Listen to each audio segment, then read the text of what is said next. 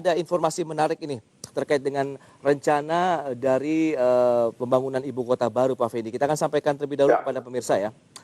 Ya, ya. pemirsa, pemerintah akhirnya memutuskan untuk menunda pembangunan calon ibu kota baru di wilayah Kalimantan Timur. Dan penundaan ini disebabkan pemerintah akan fokus dalam menangani pandemi COVID-19.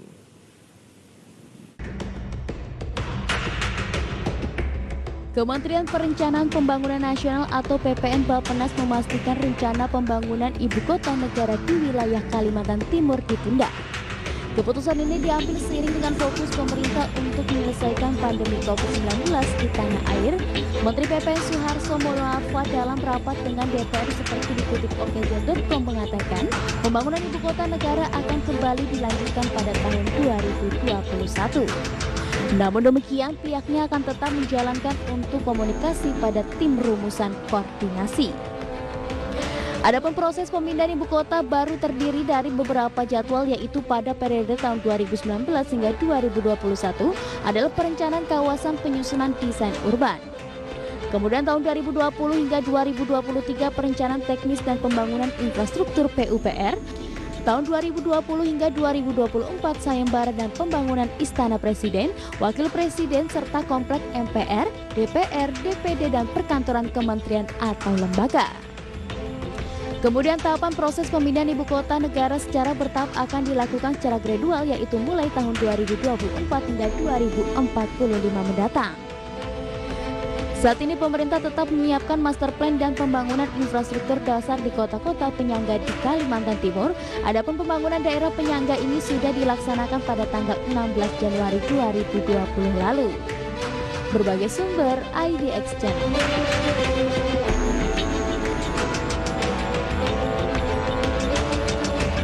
Baik, pemirsa, kita lanjutkan kembali perbincangan bersama dengan Bapak Fendi Susianto. Pak Fendi, informasi yang menarik begitu, rencana untuk membangun ibu kota baru di wilayah Kalimantan Timur harus ditunda karena pemerintah fokus untuk menangani pandemi COVID-19 dan juga di Indonesia ini peningkatannya cukup menjadi perhatian dari masyarakat internasional. Bagaimana analisis Anda? Ya, menurut saya itulah keputusan yang sangat bijak ya dan tepat di tengah wabah pandemi yang juga mulai merembak kembali dan eskalasi peningkatan positifnya juga semakin besar di Indonesia, lebih dari 200.000. Jadi ini juga membuat pemerintah lebih fokus kembali pada bagaimana penanganan dampak ataupun COVID yang terjadi di masyarakat terutama Indonesia. Karena kita melihat juga 59 negara sudah memberikan larangan ataupun himbauan untuk tidak mengunjungi Indonesia karena dianggap risiko tinggi. Termasuk Amerika sendiri juga pencegahannya sudah mulai warning gitu. Betul, Dan ini membuat kita lebih concern. Namun kalau kita lihat dampaknya terhadap bursa efek Indonesia, terutama adalah lebih banyak ke saham-saham di sektor konstruksi tentu saja. Terutama adalah saham sektor konstruksi BUMN yang memiliki chance yang cukup besar pada saat pembangunan ibu kota itu akan memperoleh banyak sekali proyek-proyek pembangunan di sana. Nah, namun kalau kita melihat, saya diskusi dengan beberapa perusahaan konstruksi, mereka sudah cukup mengantisipasi potensi penundaan ini karena memang COVID juga berlangsung, mereka tidak tahu sampai kapan ini akan terjadi. Betul. Jadi mereka sudah banyak melakukan revisi terhadap potensi-potensi yang terjadi di tahun 2020, 2021 terhadap dampak positif dari pembangunan ibu kota baru tersebut. Mereka sudah lakukan revisi.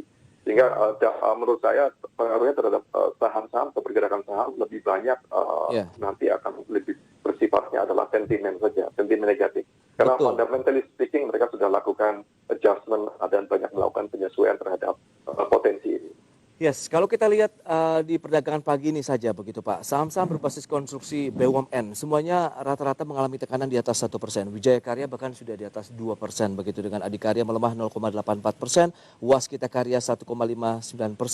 Anda melihat bagaimana bagi masyarakat investor mencermati ataupun mereka yang sudah memiliki portofolio saham-saham berbasis konstruksi BUMN ini? Ya, sebenarnya dari awal kita sudah sampaikan ya bahwa termasuk untuk saham-saham sektor ya.